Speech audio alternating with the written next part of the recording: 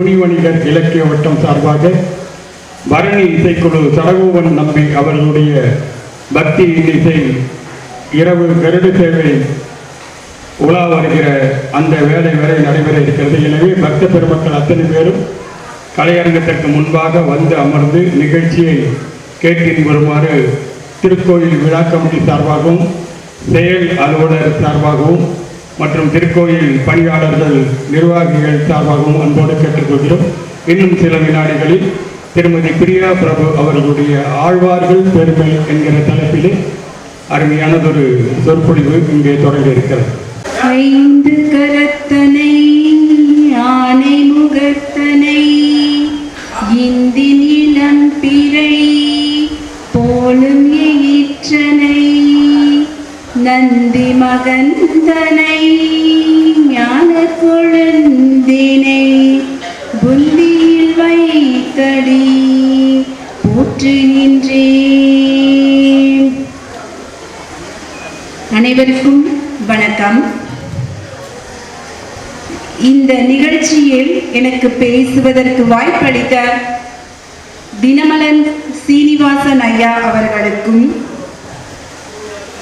பட்டிமன்ற பாவலர் பாமணி ஐயா அவர்களுக்கும் கோவில் நிர்வாக குழு அவர்களுக்கும் விழா கமிட்டியாளர்களுக்கும் இந்த நிகழ்வினை பார்க்க அமர்ந்திருக்கும் உங்கள் அனைவருக்கும் எனது அன்பு வணக்கம். இது புரட்டாசி மாதம். இந்த புரட்டாசி மாதம் அப்படின்னாலே புண்ணிய மாதம் அப்படின்னு சொல்லுவாங்க. மாதங்களிலேயே மிகவும் சிறப்பானது மார்கழி அப்படின்னாலுமே இந்த புரட்டாசிக்கு அப்படின்னு ஒரு தனி சிறப்பு உண்டு. பெருமாள் அவதரித்தது அப்படின்னு சொல்லலாம். நம்ம எல்லோரையும் சங்கடத்தில் ஆட்படுத்துகிற அந்த சனீஸ்வர பகவான் ஒரு புரட்டாசி சனிக்கிழமை அன்னைக்கு தான் அவதரிச்சார். அதனாலதான் நம்மளுக்கு எப்போ ரொம்ப துன்பங்களும் துயரங்களும் கஷ்டப்படுத்துதோ அப்போ நம்ம இறைவனை தேடி வருவோம். நிச்சயமாக நம்ம சனித்தொல்லை நீங்கணும் அப்படின்னா அந்த திருவேங்கடவனை வணங்கினோம் அப்படின்னா நிச்சயமாக நம்மளுடைய குறைகள் எல்லாம் தீரும். அந்த வகையில இந்த தென் திருப்பதி திருவேங்கடவன் எம்பெருமான் ஸ்ரீனிவாச பெருமாள் அலமேலு தாயார் அவர்களின் சன்னதியில உங்கள் முன்னாடி பேசுறதுல நான் ரொம்ப பெருமகிழ்ச்சி அடைகிறேன். இறைவன் நம்மளுடைய துன்பமான நேரத்துல எல்லாம் கை கொடுப்பார் இல்லையா? அவர் மனிதர்களுக்குள்ள மட்டும் கிடையாது, உயிரினங்களுக்குள்ளேயே பாகுபாடு இருக்கக்கூடாது அப்படின்ற எண்ணத்துலதான் அவரே பல அவதாரங்களை எடுத்தவர். அதாவது ஒரு மனிதன் சிறப்பானவனாக வாழ்ந்து தூயவனாக வாழ்ந்து இறைநிலைக்கு செல்கிறான் அப்படின்னா அதனுடைய பெயர் அவதாரம். ஆனா அதே ஒரு இறைவன் மனிதர்களாக மாறி இல்ல மனிதர்களுக்கு பாடம் கற்பிக்க வேண்டுவதற்காகவோ ஒரு அவதாரம் எடுக்கிறார் அப்படின்னா அது அவதாரம். இதுதான் அவதாரத்துக்கும் பவதாரத்துக்கும் உள்ள வேறுபாடு. அந்த மாதிரி நம்மளுடைய எம்பெருமான் விஷ்ணு பகவான் 10 அவதாரங்களை எடுத்திருக்காரு. எந்த உயிரினத்திலையும் பாகுபாடு காட்டக்கூடாதுங்கிறதுல இருந்து மச்சாவதாரம், கூர்மாவதாரம், வராக அவதாரம், நரசிம்ம அவதாரம், வாமன அவதாரம், பரசுராம அவதாரம், ராமர் அவதாரம், பலராமர் அவதாரம், கிருஷ்ணர் அவதாரம், கல்கி அவதாரம். இந்த கலியுகத்துல கல்கி அவதாரம் அவர் எடுப்பார் இல்லையா? நம்மளை எல்லாம் காக்கும் கடவுளாகிய அந்த பகவான் விஷ்ணு பகவான் நம்மளுக்காக இத்தனை அவதாரங்களை எடுத்தது நம்மளோட ஒரு மனிதனாக வாழ்ந்தும் காட்டியிருக்காரு. ராமன் அவதாரத்துல ஒரு மனிதன் எப்படி வாழணும், ஒரு ஒழுக்க நெறியோடு எப்படி வாழணும் அப்படிங்கிறதுக்கு எல்லாம் ஒரு சிறப்பான எடுத்துக்காட்டா வாழ்ந்திருக்காரு. அதே மாதிரி ஒரு மனிதன் தன்னை நம்பியவருக்கு எப்படி உறுதுணையாக இருக்கணும் அப்படிங்கிறதுக்காக கிருஷ்ணா அவதாரத்திலையும் சிறப்பாக எடுத்து காமிச்சிருக்காரு. இந்த அவதாரங்கள் எல்லாமே மனிதர்களை ரட்சிப்பதற்காகவே அவர் கடவுள் எடுத்தது. இன்னும் நம்மளோடு என்றைக்கும் இருக்கக்கூடிய இந்த வேங்கடவனுடைய புகழை சொல்லிக்கிட்டே போகலாம். நம்ம சாதாரண மனிதர்கள் நமக்கான பணிகள் ஆயிரம் இருக்கும் இல்லையா? வீட்டு பணிகள், நம்ம வேலைக்கு போறோம், இந்த மாதிரி எல்லா பணிகளும் இருக்கு. ஆனா இறைவனையே எந்நேரமும் தொழுது இந்த பக்தியில ஆழ்ந்து வாழ்ந்தவர்களைத்தான் நம்ம ஆழ்வார்கள் அப்படின்னு சொல்லுவோம். இந்த பக்தியில ஆழ்ந்த அப்படிங்கிறதுனாலயே அவர்கள் ஆழ்வார்கள் அப்படின்னு அழைக்கப்பட்டார்கள். இந்த ஆழ்வார்கள் அத்துணை பேருமே இறைவனுடைய திருவடிகளை சரணடைந்து ஒவ்வொரு விதமாக அவர்களுடைய சிறப்பு பெற்றிருக்கிறார்கள். அவங்க இந்த 12 பேருமே ஆழ்வார்கள், 12 பேருமே விஷ்ணுவுடைய ஒரு அம்சத்திற்கு உரியவர்கள். மொத்தமா 12 ஆழ்வார்கள். நமக்கு கொடுத்திருக்கக்கூடிய தலைப்பானது ஆழ்வார்களின் பெருமை. அதை பேசுவதற்கே ஒரு பெரும் பாக்கியம் பண்ணியிருக்கணும் இல்லையா? நிச்சயமாக பெரும் பாக்கியம் பண்ணியிருக்கும் பொழுது மட்டும்தான் அதை பேசுவதற்கான வரம் நமக்கு கிடைச்சதாக நான் நினைக்கிறேன். ஆழ்வார்கள் முதலாக 3 ஆழ்வார்கள் இருப்பாங்க. அதுல பொய்கை ஆழ்வார், அவர் என்னன்னு பாத்தீங்கன்னா பகவானுடைய பாஞ்சசன்யம் அப்படின்னு சொல்லுவாங்க, திருச்சங்கு. பகவான் தன்னுடைய திருக்கரங்களில் தாங்கி இருக்கக்கூடிய அந்த சங்கினுடைய அம்சமாக அந்த பொய்கை ஆழ்வார் இருக்கிறாங்க. பூதத்தாழ்வார் அப்படின்னா அவர் கோமுதகி அப்படிங்கிற ஒரு கதை, பகவானுடைய ஆயுதம், கதையினுடைய அம்சமாக அந்த பூதத்தாழ்வார் இருக்கார்.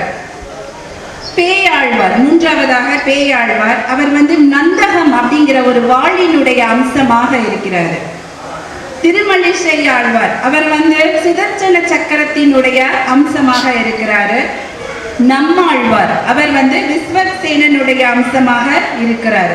இதுல மதுரகவி ஆழ்வார், இந்த மதுரகவி ஆழ்வார் நம்மாழ்வாருடைய சிறப்புகளையே பாடியவர். அவர் பெருமாளை குறித்து பாடவில்லை, பெருமாளுடைய பக்தரான ஆழ்வாரான நம்மாழ்வார் குறித்தே பாடியவர் இந்த மதுரகவி ஆழ்வார். இவர் குமுத வைநேதேய அப்படிங்கிற அம்சமாக அவர் இருக்கிறார். குலசேகர ஆழ்வார், இந்த குலசேகர ஆழ்வார் பெருமாளினுடைய கௌஸ்துபத்தின் அம்சமாக இருக்கிறார். பெரியாழ்வார், பெரியாழ்வார் கருடாழ்வாரினுடைய அம்சமாக இருக்கிறார். ஆண்டாள், நமக்கு எல்லாரும் மிகவும் பிடித்த பெண், அவங்க பெண் தெய்வம். ஒரு பக்தி எப்படி இறைநிலைக்கு கொண்டு செல்லப்படுகிறது அப்படிங்கிறதுக்கு உதாரணமாக வாழ்ந்து காட்டிய பெண்மணி. அவர்கள் பூதேவியின் அம்சம், பூமாதேவியினுடைய அம்சமாக அவர்கள் இருக்காங்க.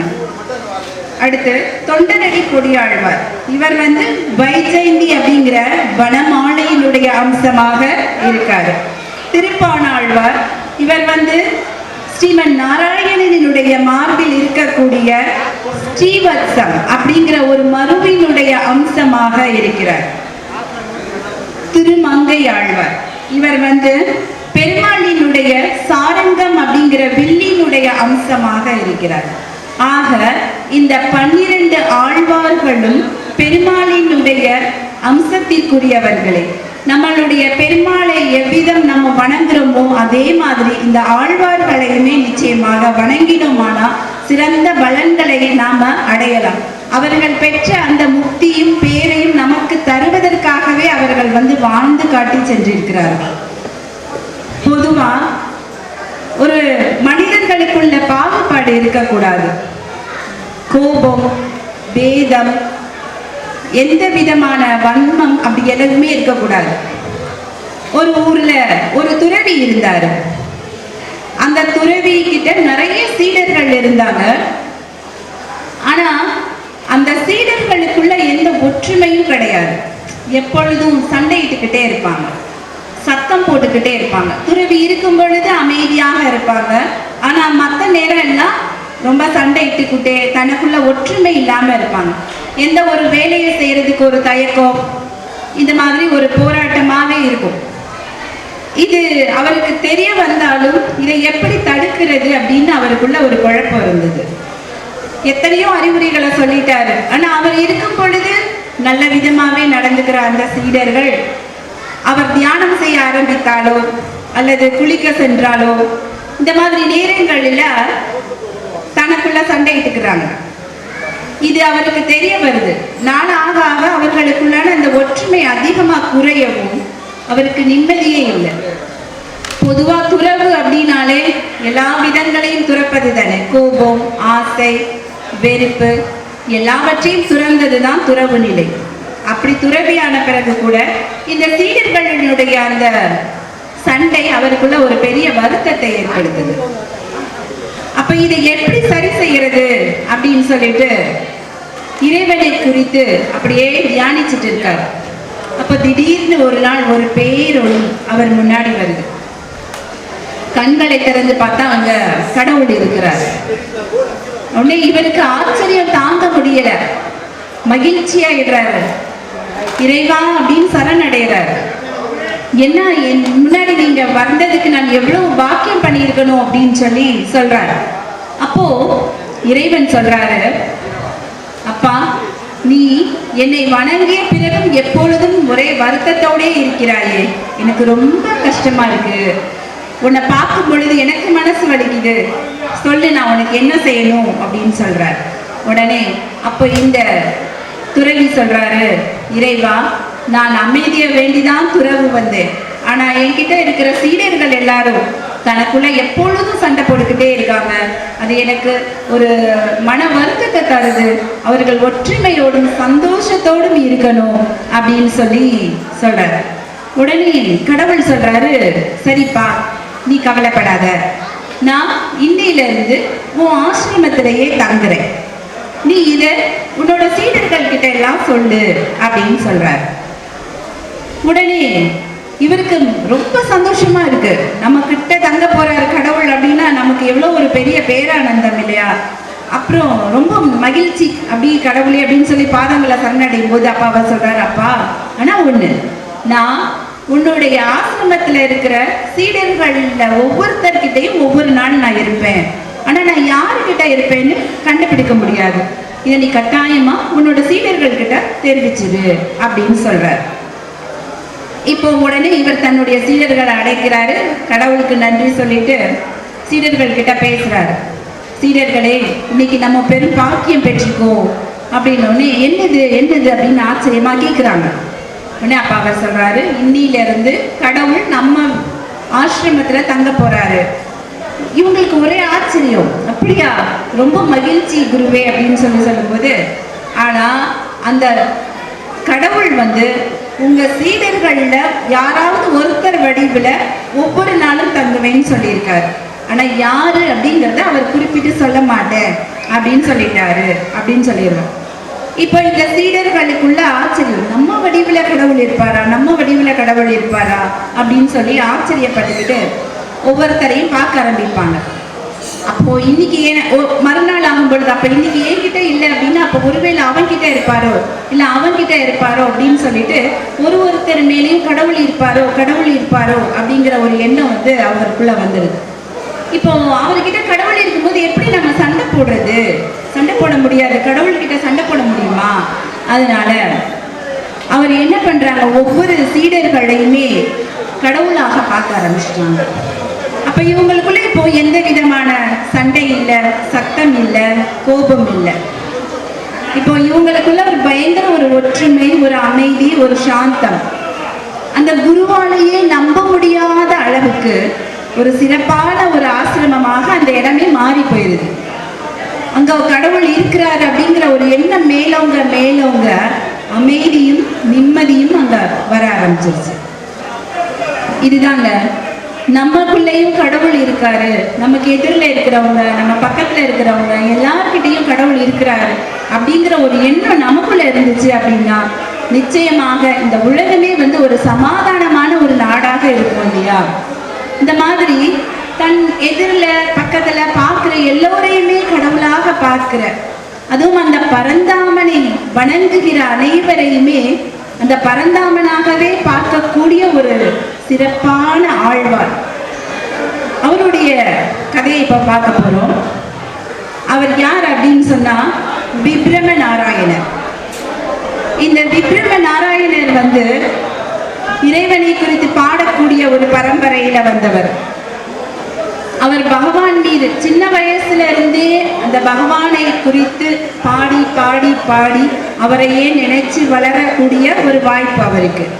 அவர் வளர வளர பக்தியும் அவரோட சேர்ந்து வளருது. அப்போ அந்த விப்ரம நாராயணருக்கு இறைவன் மீது ஆழ்ந்த பக்தி, இறைவனை தவிர வேற சிந்தனையே கிடையாது அவருக்கு. எப்பொழுதும் இறைநாமமே பாடிட்டு இருப்பார். அப்படி ஒரு முறை அவர் திருவரங்கம் செல்லும் பொழுது அங்க அரங்கனை பார்த்த பிறகு அவர் கண்கள் வேறு எதையுமே பார்க்க விரும்பலை. தினமும் நாள்தோறும் அந்த அரங்கனையே பார்த்துக்கிட்டே இருக்கணும் அப்படின்னு அவருக்கு ஆசை வந்துருச்சு. அதனால அந்த கோயில் பகுதியிலேயே ஒரு அழகான வனம் அமைச்சு அதுல நிறைய பூச்செடிகளை வளர்த்து அந்த பூக்களை தொடுத்து மாலையாக்கி இறைவனை குறித்து வணங்கி அப்படியே பாடி அப்படியே அவருடைய வாழ்க்கை செஞ்சுக்கிட்டே இருக்கு. விப்ரம நாராயணனும் ஒரு சிறந்த அழகர் தான். ஆனா அவர்கிட்ட வேற எந்த சிந்தனையுமே கிடையாது. இறைவனை தவிர வேற எதையுமே அவர் நினைச்சதே கிடையாது. ஆனா எப்போதுமே விதி வலியது தானே, அதனுடைய மாயக்கரங்கள்ல இருந்து யாருமே தப்பிக்க முடியாது. அப்ப அதை நம்மளை காப்பாற்றக்கூடியதும் அந்த மாயவனான பரந்தாமனே தான் இல்லையா? அந்த வகையில இந்த விப்ரம நாராயணன் ஒரு முறை தன்னுடைய மலர்வனத்திலிருந்து பூக்களை பறித்து தொடுத்து பாடிக்கிட்டே அப்படியே கடந்து போறார். அந்த ஊர்லேயே ஒரு சிறந்த அழகி, ஆனா அவள் ஒரு தாசி, தேவதேவி அப்படிங்கிற பெயர்ல இருக்கக்கூடிய ஒரு பெண். அவளும் அவளோட சகோதரியும் அவங்க போற வழியில இந்த அழகான மலர் வனத்தை பாக்குறாங்க. இந்த மலர்களுடைய அழகுல மயங்கி அப்படியே அந்த தோட்டத்துக்குள்ள வரும் பொழுது இந்த விப்ரம நாராயணனை பார்த்துடுறாங்க. அங்கேதான் விதி ஆரம்பிக்குது. பார்த்த உடனே அவளுக்கு என்னன்னா, எப்பொழுதுமே தன்னுடைய அழகின் மேல ஒரு பெரிய கர்வம் இருக்கும். யாராலையுமே தன்னை ஜெயிக்க முடியாத அழகுல அப்படிங்கிற ஒரு கர்வம் இருக்கும். ஆனா இந்த விப்ரம நாராயணன் இவங்க அக்காவும் தங்கையுமா நின்றுக்கிட்டு இருக்கும் பொழுது அந்த மலர்களை பறித்து மாலையாக்கி அவர் பாடிக்கிட்டு அவர் பாட்டு போய்கிட்டே இருக்கார். ஒரு அழகான பாடல் பாடுறாரு பாருங்க. பச்சைமா மலை போல் மேனி பவளவாய் கமலச் செங்கன் அச்சுதா அமரரேரே ஆயிரம் கொழுந்தே என்னும் இச்சுவை தவிர யான் போய் இந்திர லோகம் ஆளும் அச்சுவை பெரினும் வேண்டேன் அரங்கமா நகருளானே. எவ்வளவு அழகான பாடல்! இறைவனை குறித்து அவருடைய அழகை குறித்து பாடி அவர் அப்படியே போய்கிட்டே இருக்கார்.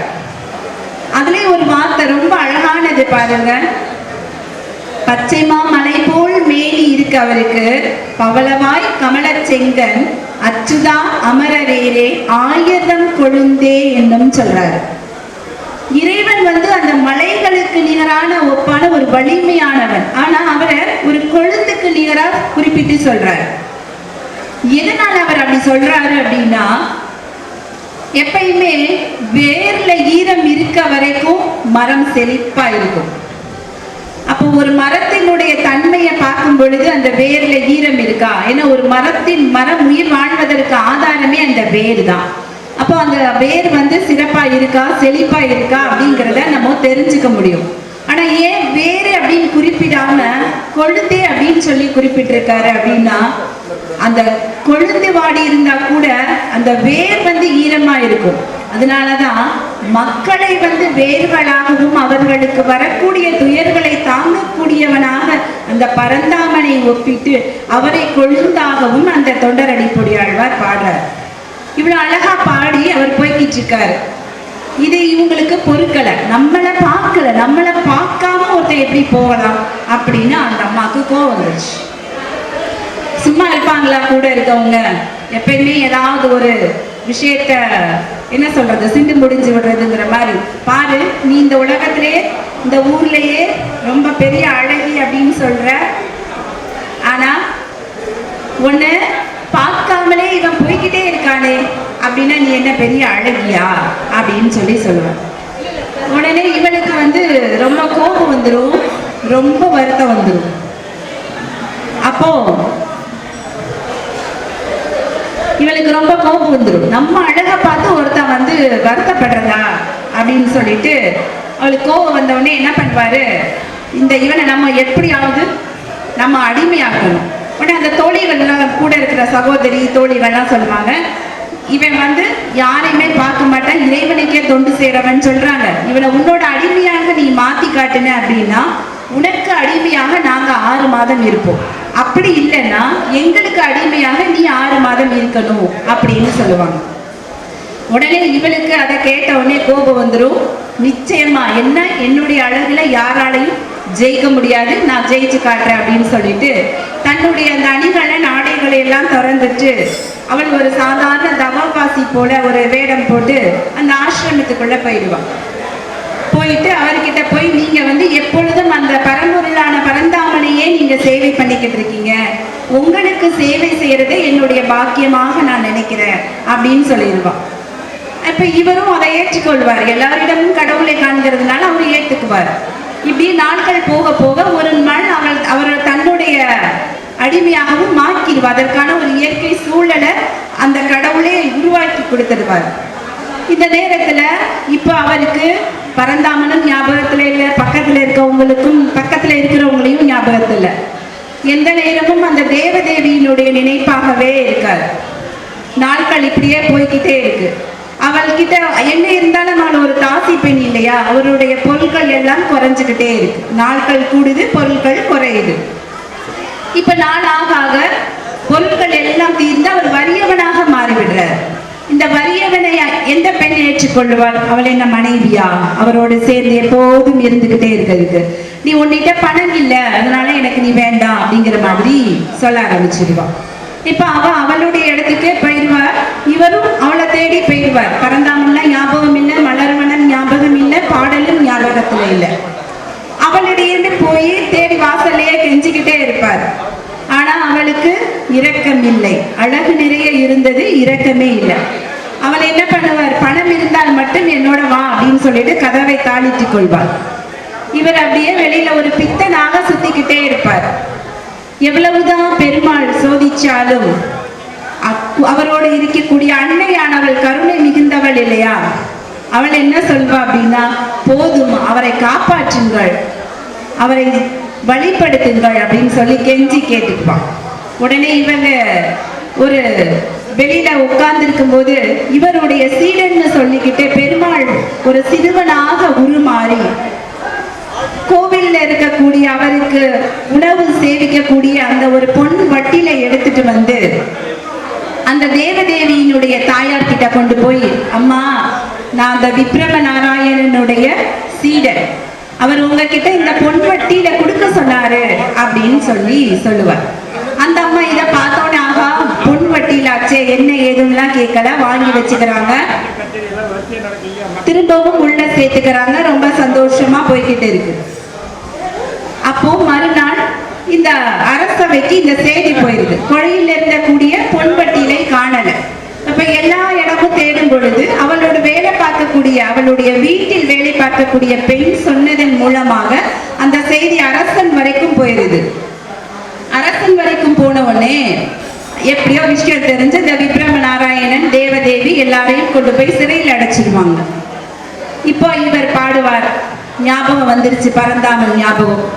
ஊரிலேன் காணி இல்லை, உறவு மற்றொருவர் இல்லை, பாரிலின் பாத மூலம் பற்றினேன் பரமமூர்த்தி, காரொளி மன்னனே கண்ணனே கதை ஆருளர் கலைக்கன் எம்மான் அரங்கமா நகருளானே அப்படின்னு கண்ணீர் மல்கி பாடுறார்.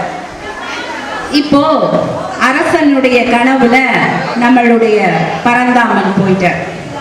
என்ன இருந்தாலும் தன்னை மறந்தாலும் கூட தான் மறவாமல் காக்கக்கூடிய தெய்வம் அல்லவா அவர். போய், அப்பா நீ சிறையில வச்சிருக்கிய அவன் சாதாரண ஆளு நினைச்சிட்டியா?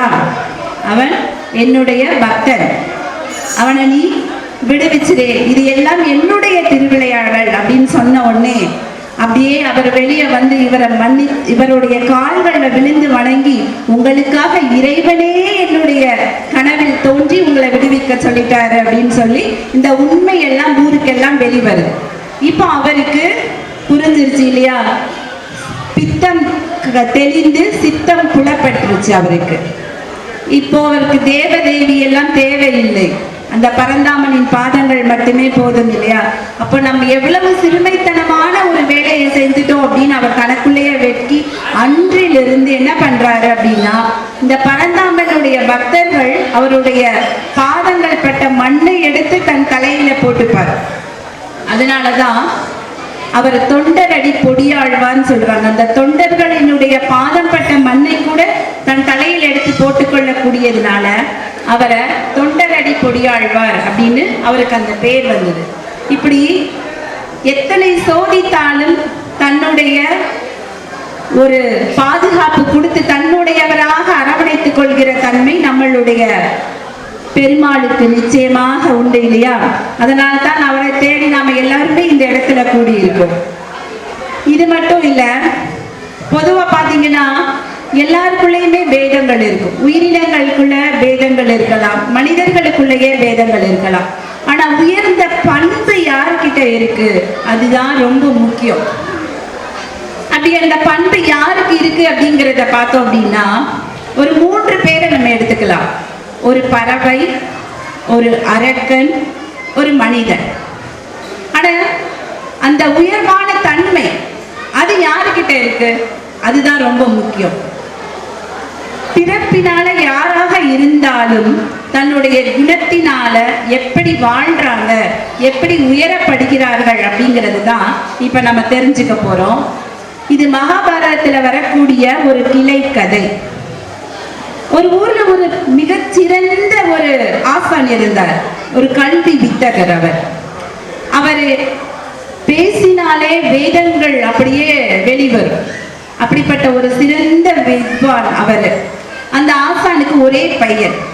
இவரை எல்லாருக்கும் நல்ல முறையில கல்வி கொடுத்து போதிச்சு ஒரு நல்ல வாழ்க்கை வாழ்றாரு. அதனால அவர்கிட்ட இருக்கக்கூடிய செல்வங்களும் சிறப்பானதா இருக்கு. ஆனா அதனுடைய பலன் அவருடைய பையனுக்கு தெரியுமா அப்படின்னா நிச்சயமா இல்லை. அவனுக்கு தெரிந்ததெல்லாம் அந்த செல்வமும் செழிப்பு, அதில் கிடைக்கக்கூடிய இன்பங்கள். அவன் தன் மனம் போன போக்கில் எல்லாம் போறான், ரொம்ப இன்பங்களா எல்லாம் அனுபவிக்கிறான். ஆனா எத்தனை நாள் வேணாலும் அப்படியே இருந்துகிட்டே இருக்குமா செல்வங்கள்? ஒரு நாள் வயோதிகன் காரணமாக அந்த ஆசான் தன் வாழ்வை முடிச்சுக்கிறார். ஆனா இந்த பையன்கிட்ட மிச்சம் இருக்கிற செல்வங்கள் இருக்கு. தன் இஷ்டம் போல பெண்கள் எல்லா விஷயங்களையும் அவன் இருந்துட்டே இருக்கான். இந்த செல்வங்களும் தீருது. அப்போ ஒரு நாள் அந்த ஆசானுடைய நண்பர் அந்த ஊருக்கு வர, அவர் வந்தவர் இந்த பையனை பார்த்த உடனே ரொம்ப மனசு வருத்தப்படுறார். அடடா, எப்பேற்பட்டவருடைய பையன் இவன்! அப்படிப்பட்டவருடைய பையன் இப்படி ஒரு கீழான செயல்களை புரிந்து கொண்டு இப்படி ஒரு இழிவாழ்வு வாழ்ந்துட்டு இருக்கானே, இது தடுகுமோ அப்படின்னு சொல்லி மனசு ரொம்ப வருத்தப்பட்டு அவனை கூப்பிட்டு நல்ல வழிகளை எல்லாம் சொல்றார். அவனுக்கு ஏற்கனவே இப்ப பணம் இல்லை.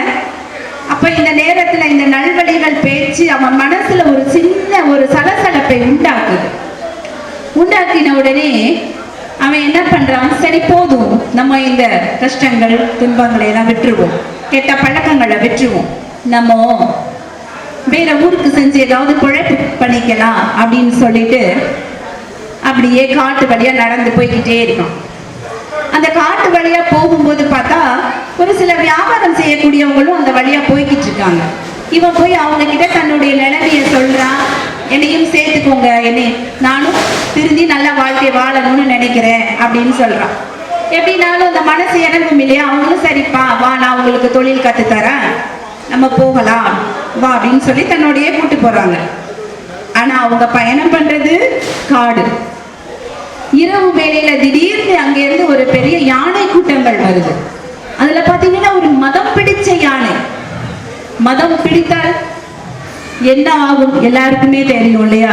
மதம் எப்போதுமே அதிகமாகும் பொழுது அதனால ஏற்படக்கூடிய துன்பங்களும் அதிகமாக இருக்கும் இல்லையா?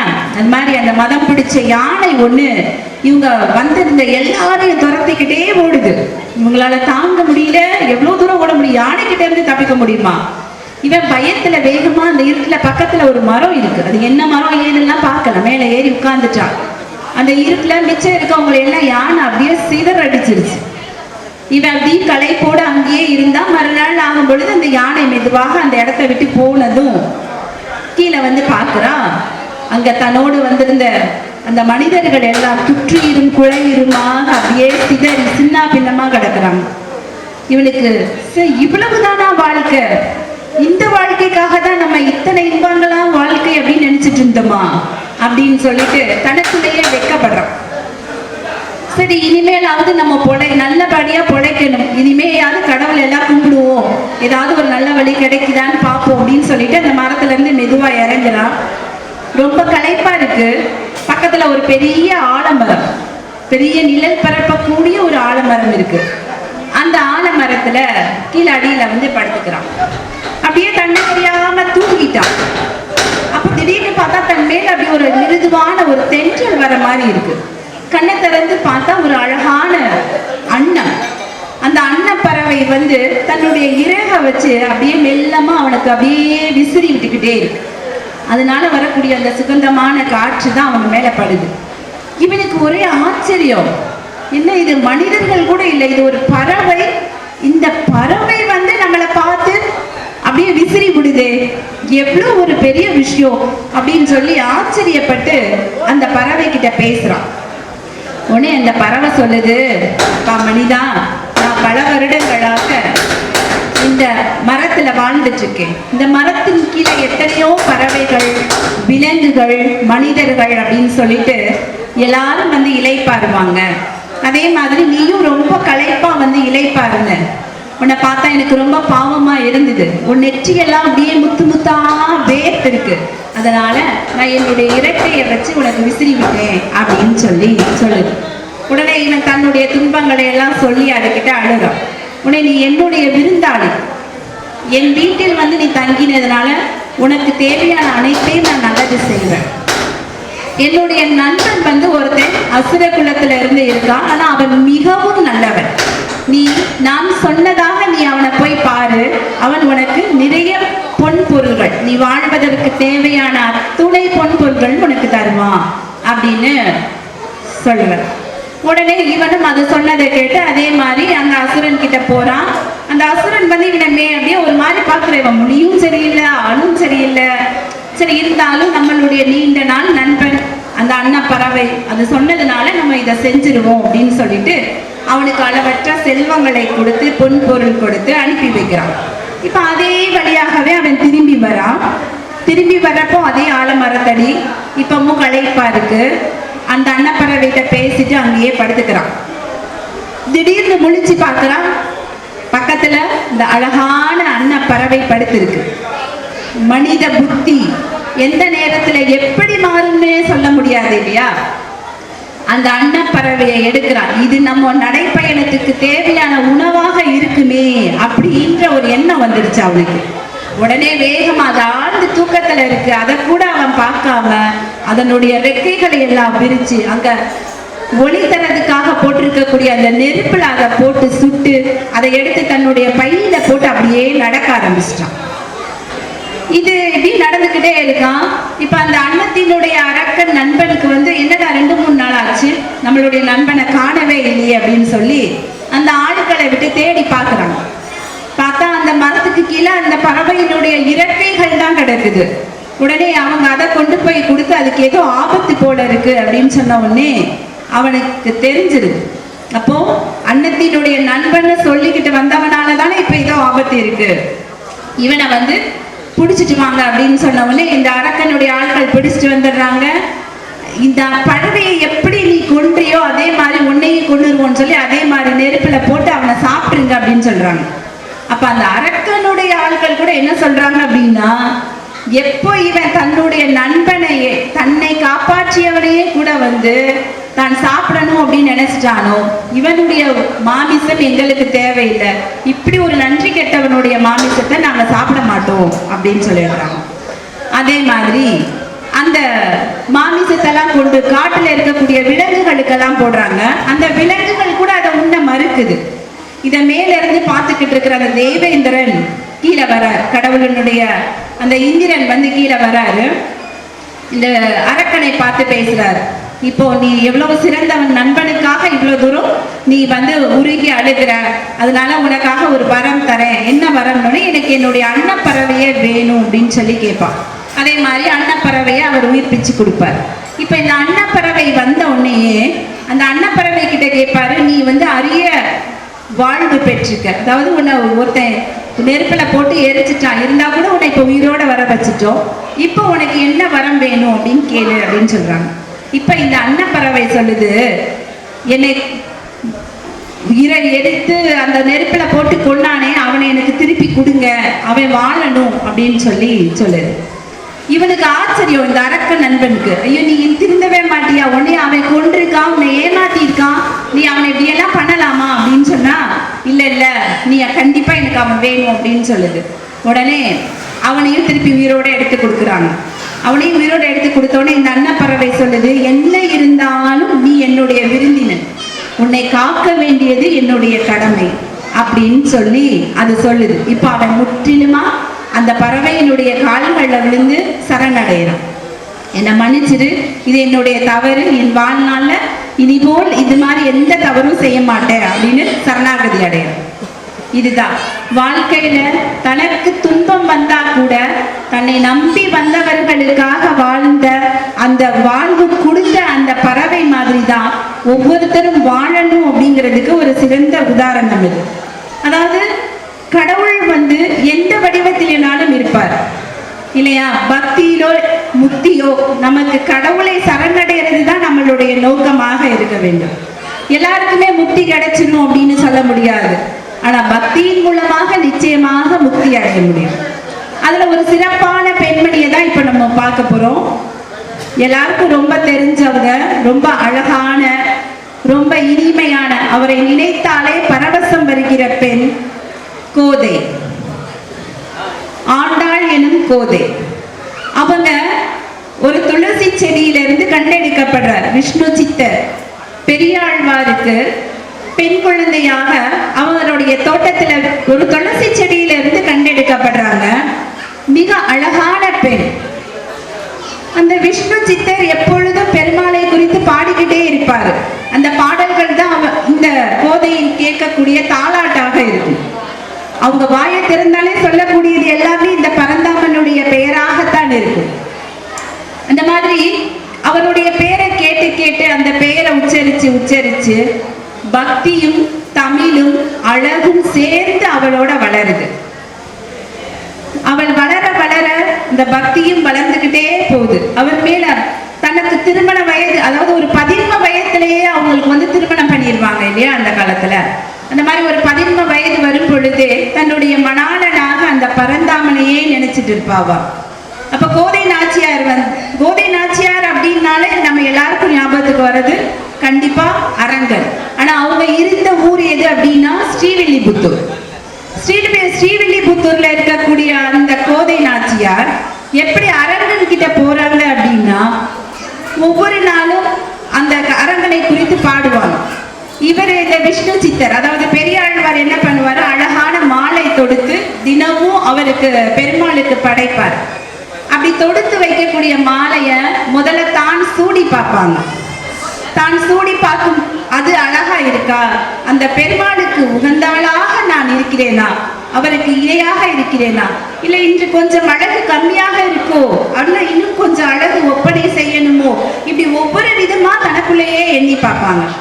இந்த மாதிரி தினமும் தாம் அந்த மாலையை போட்டு அழகு பார்த்து அதை அந்த பெருமாளுக்கு கொடுத்து விடுவாங்க. இது எதுவுமே அவருக்கு தெரியாது. யாருக்கு?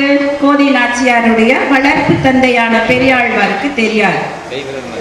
எதேச்சியா ஒரு நாள் பார்க்கும் பொழுது பார்த்தா அந்த பெருமாளுக்கு தொடுத்த மாலைய இந்த கோதை நாச்சியார் போட்டுட்டு இருக்கா. இதை பார்த்தோன்னே அவருக்கு ரொம்ப வருத்தமாயிருது. எப்படி இப்படி அவருக்கு தொடுத்த மாலையை நீ போடலாமா, இது ரொம்ப அபத்தமாச்சே அப்படின்னு சொல்லிட்டு வருத்தத்தோட அன்னைக்கு அந்த மாலையை அவர் வந்து போட மாட்டார். அன்னைக்கு நைட்டு கனவுல பெருமாள் வர்றார். இவரால் நிம்மதியா தூங்கவே முடியாது. ஆனாலும் அந்த நிம்மதியற்ற உறக்கத்திலையும் அவருக்கு ஒரு கனவு வருது. அந்த கனவுல பெருமாள் வர்றாரு. என்னப்பா தினமும் எனக்கு மாலை போடுவேன், இன்னைக்கு என்ன இன்னும் போடவே இல்லை அப்படின்னு சொல்லும்போது, மன்னிச்சுக்கோங்கப்பா, இது வந்து என்னுடைய மகள் வந்து உங்களுடைய மாலையை தான் சூடி பார்த்துக்கிட்டா, அதனாலதான் போடல அப்படின்னு சொல்லுவார். உடனே இவர் நம்ம பெருமாள் என்ன சொல்லுவாருன்னு, அது இல்லை, எனக்கு அவளுடைய அந்த மாலை தான் மிகவும் உவப்பானதாக இருக்கு, ரொம்ப பிடிச்சிருக்கு, அதனால எனக்கு எப்பொழுதும் கோதை சூடிய மாலையவே போட்டு விடுங்க அப்படின்னு சொல்லி சொல்லுவார். அதுல இருந்து அவள் சூடி கொடுக்கிற அந்த மாலை தான் பெருமாளுக்கு போட ஆரம்பிச்சாங்க. அதனாலேயே அவளுக்கு சூடி கொடுத்த சுடற்கொடி அப்படிங்கிற ஒரு பேர். அந்த மாலை தினமும் இப்படியே போய்கிட்டு இருக்கு, வாழ்க்கையும் இப்படியே போய்கிட்டு இருக்கு. எப்படி இருந்தாலும் ஒரு பெண் பிள்ளைய திருமணம் செய்து கொடுக்கணும் இல்லையா? அதனால பெரியாழ்வார் என்ன பண்றாரு, அவளுக்கு வரன் பார்க்க ஆரம்பிக்கிறார். ஆனா அவளுக்கு அந்த மாதவனை தவிர வேற யார் மேலேயும் விருப்பம் கிடையாது. அவன் என்ன சொல்றான், அந்த மாதவனை தவிர வேற யாரையாவது எனக்கு கல்யாணம் பண்ணீங்க அப்படின்னா நிச்சயமாக நான் உயிரோடவே இருக்க மாட்டேன், மானிடர்க்கென்று பேச்சுப்படி வாழவில்லேன் அப்படின்னு சொல்றான். அப்போ இவருக்கு எப்படி இருந்தாலும் ஒரு பெண் பிள்ளைய திருமணம் செய்து கொடுக்கணுமே. அப்பனா நீ யாரை திருமணம் செய்துப்ப அப்படின்னா நிச்சயமாக அந்த பரந்தாமனை தான் திருமணம் செஞ்சுப்பே அப்படின்னு சொல்றான். அப்ப அந்த பரந்தாமன்னா எல்லா இடத்துலயும் அந்த பரம்பொருள் இருக்காரு. இந்த 108 திவ்ய தேசங்கள்ல உனக்கு யார் பிடிச்சிருக்கு அப்படின்னு சொல்லி ஒவ்வொரு ஊரினுடைய பெருமாளையா சொல்லிக்கிட்டு வரும் பொழுது அரங்கனுடைய பெயரை சொல்லும் பொழுது, திருவரங்கத்தில் இருக்கக்கூடிய அந்த அரங்கனுடைய பெயரை சொல்லும் பொழுது அவளுக்குள்ள சட்டுன்னு ஒரு நாணம் வருது. அவனுடைய கண் அழகையும் அந்த சிகையின் அழகையும் கேட்ட உடனேயே அவளுக்குள்ள அந்த காதல் வெளிப்படுது. அவனையே என் மணாளனாக ஏற்றுக்கொள்வேன் அப்படின்னு சொல்றார்.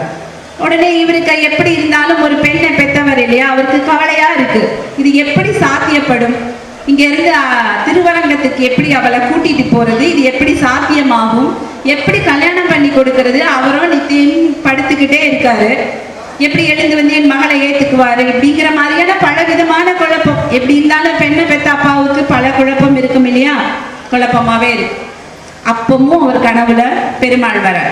பெருமாள் அப்பா உன் மகளை கோதையை மணப்பெண்ணாக அலங்கரித்து அங்கே கூட்டிட்டு வா, திருவரங்கத்துக்கு கூட்டிட்டு வா அப்படின்னு சொல்றாங்க.